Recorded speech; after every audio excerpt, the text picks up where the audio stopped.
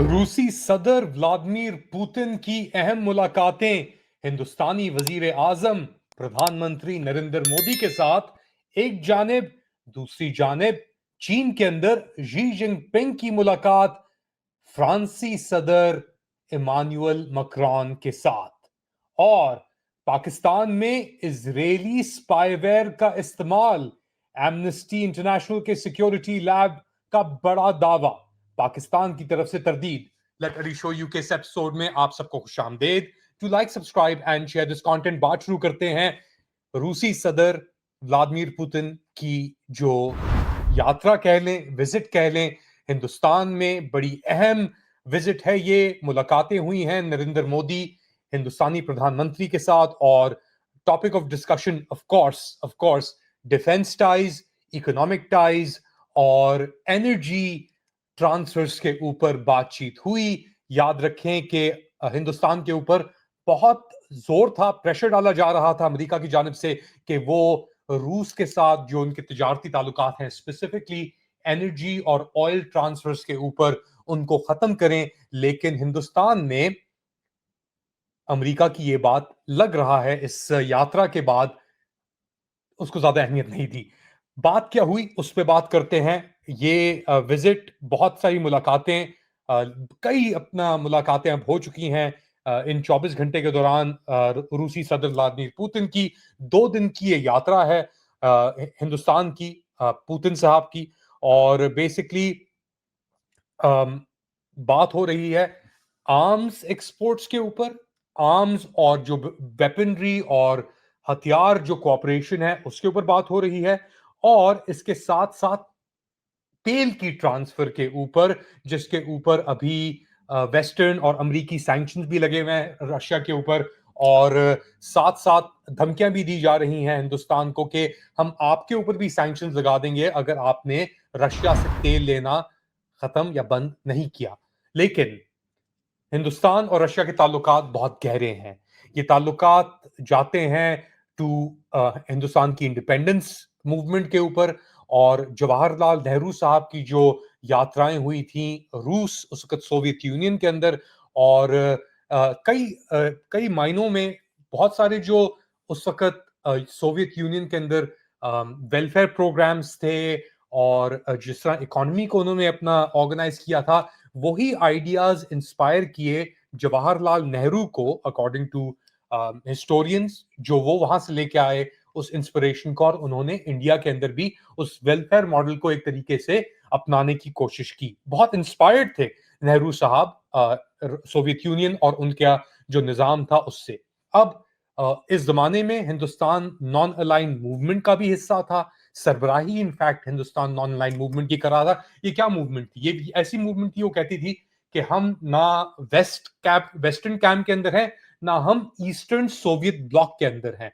हम अपनी neutral position maintain करते हैं, और इसी के मायने एक नॉन अलाइन मूवमेंट के तहत हिंदुस्तान ने एक नया रास्ता अपनाया। क्योंकि आप याद रखें खित्ते में क्या हो रहा था, सोवियत यूनियन बढ़ गई थी।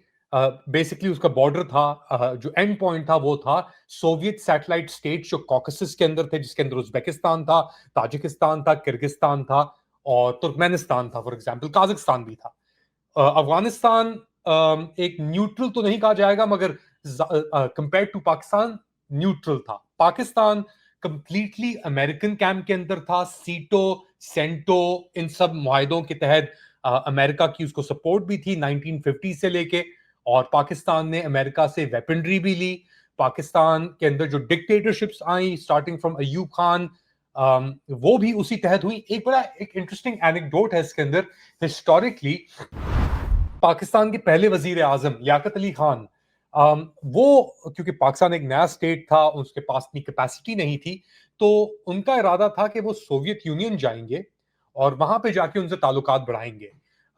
मगर इस कश्मकश के अंदर वो अमेरिका गए, और जब वो वापस आए तो उनको मार दिया गया। उनके मारने के बाद जो सीक्वेंस ऑफ इवेंट शुरू हुए, उसके बाद पाकिस्तान के अंदर आमरीत आई सिकंदर मिर्जा के थ्रू, और फिर अयूब खान ने टेक ओवर कर लिया। और जब अयूब खान का टेक ओवर कंप्लीट हो गया, याद रखा जाए शुजा नवाज की किताब है क्रॉस सॉर्ट्स के नाम से, अगर आप उसमें जाके देखें तो अयूब खान ने अमरीकी M1 एब्रम टैंक्स 1954 में, जब वो मिलिट्री चीफ थे, उनकी बगावत से पहले, कू से पहले, उन्होंने वहां पे जाके डिफेंस मुआहदे भी साइन किया और अपने आप को कंप्लीटली जकड़ लिया अमरीकी इंट्रीग और कैंप्स के अंदर। उसके बाद ऑब्वियसली अमेरिका के जो B-2 बॉम्बर्स थे वो पाकिस्तान से, बडाबेर, पेशावर से भी टेक ओवर किया उन्होंने, और उनको सोवियत यूनियन ने गिरा दिया। तो पाकिस्तान का जो बैलेंस था वो हमेशा से अमेरिका की तरफ टिल्टेड रहा। इंडिपेंडेंस के बाद हिंदुस्तान का जो बैलेंस था वो नॉन अलाइंड रहा, मगर क्योंकि वो नॉन अलाइंड थे,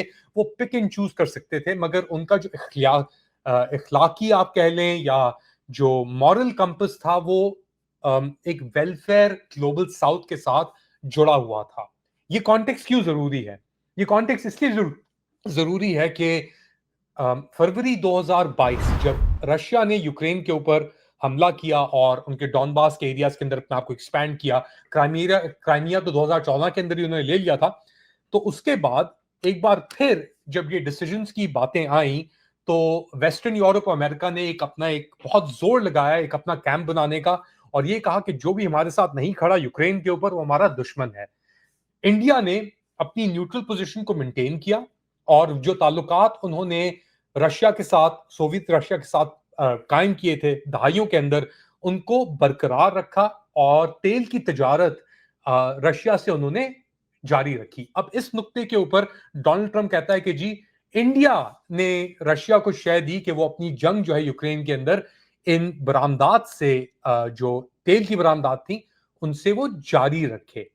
और यही पॉइंट ऑफ कंटेंशन है जो अब डोनाल्ड ट्रंप और उनका इंतजामिया पिछले, जब से वो इकतदार में आए हैं जनवरी से, वो इस चीज को बार बार इस्तेमाल कर रहे हैं, बार बार दोहरा रहे हैं।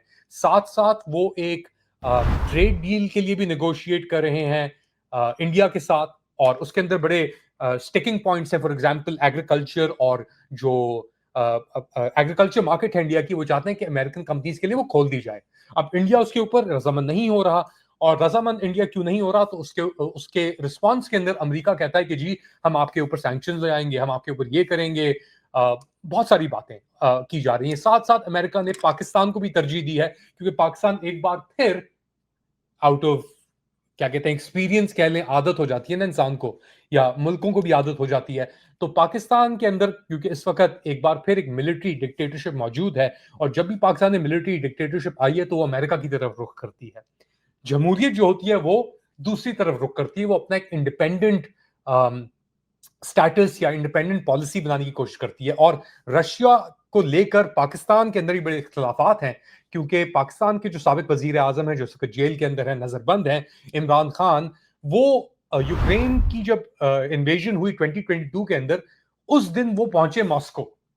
ये ट्रिप बड़े अरसे से प्लान थी, मगर ये ऐसा हुआ, सर्कमस्टेंस, चांस, लक, कि उस दिन वो पहुंचे, और उस ट्रिप को एक बुनियाद बनाया गया। कई बुनियादें थी, अफगानिस्तान भी था, मगर एक बुनियाद बनाया गया जर्नैलों ने, उस वक्त बाजवा थे और दीगर जो हैं, तो ये सब एक ही तरह के जनरल्स जो हैं।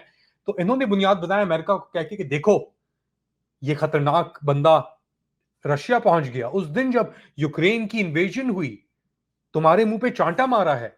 उसको बुनियाद बना के इमरान खान का तख्ता भी उल्टा गया। खैर, तख्ता तो उलटने बड़ा प्रोसेस चल रहा था, मगर वो एक फाइनल स्ट्रॉ था एक तरीके से।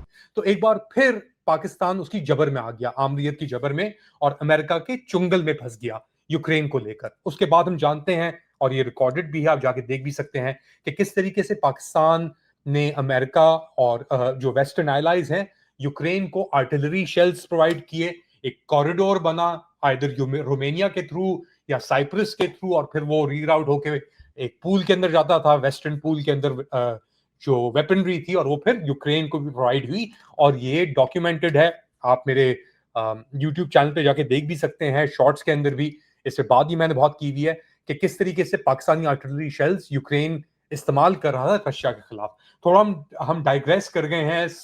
जो पुतिन की विजिट है हिंदुस्तान, बड़ी अहमियत की हामिल है ये विजिट, उसके ऊपर, मगर एक कॉन्टेक्स्ट देना जरूरी है, क्योंकि इस साल हमने देखा है कि किस तरीके से अमेरिका ने पाकिस्तान, उनके फील्ड मार्शल को, और ये जो ऑपरेशन सिंदूर हुआ था, इसके अंदर जो डेवलपमेंट थी उनके पॉइंट ऑफ व्यू से उनको यूज किया है एक तरीके से, कुछ हिंदुस्तानी कहते हैं, हिंदुस्तान के खिलाफ या हिंदुस्तान से कंसेशन देने के लिए।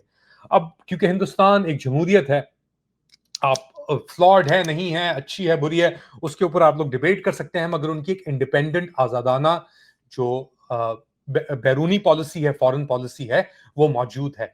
इसी को मद्देनजर रखते हुए अब व्लादिमीर पुतिन हिंदुस्तान पहुंचे हैं और वो बात कर रहे हैं ट्रेड की, वो बात कर रहे हैं जो दोनों ममालिक के दरमियान ट्रेड है उसको 100 अरब डॉलर तक पहुंचाने की अगले 5 साल में, यानी 2030 तक दोनों ममालिक के दरमियान 100 अरब तक डॉलर तक ट्रेड पहुंचाने की। साथ साथ रशिया हिंदुस्तान का प्राइमरी वेपन सप्लायर है।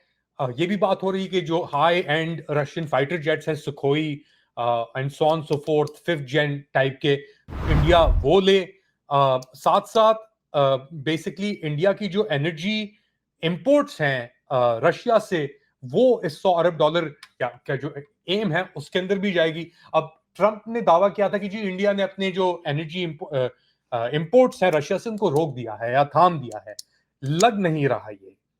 और इसीलिए अब बेसिकली जो व्लादिमीर पुतिन आए हैं, उनका जो एहतमाम हुआ है, जिस तरीके से उन्हें ग्रीट किया गया है हिंदुस्तान में, वो एक सिग्नल भी देता है अमेरिका को कि देखो हिंदुस्तान अपनी पॉलिसी के तहत चलता है, वो किसी के डिक्टेट्स के ऊपर या इशारों के ऊपर नहीं चलता, जिस तरह नुक्कड़ में पाकिस्तान है और उसके जो भिखारी, एक तरीके से आप कह लें जो उसका भिखारी निजाम है।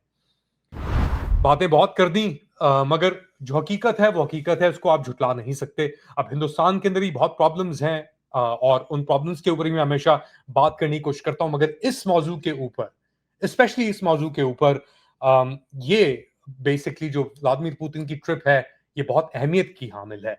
और इसीलिए अब आपने देखा कि एक सेरेमोनियल वेलकम दी गई इन्हें राष्ट्रपति भवन के अंदर, और बेसिकली डेलीगेशन लेवल टॉक्स हुई इनकी प्राइम मिनिस्टर नरेंद्र मोदी के साथ। साथ साथ Indian chamber of federation of Indian chamber of commerce and industry के साथ भी इनकी मुलाकातें हुई।